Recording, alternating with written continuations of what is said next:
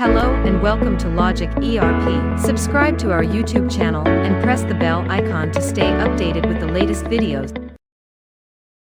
In this video, we will discuss how to define a lot code prefix for scanning items in a purchase order.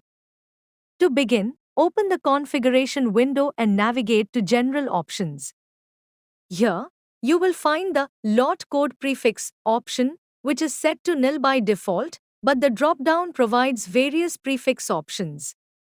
When you define a prefix here, you should also set the item code as field to lot code, as both options work together. Once defined, save the changes. Now initiate a new purchase order entry and select the supplier. Scan the lot code along with the defined prefix, and the system will identify and pick the item and related details accordingly.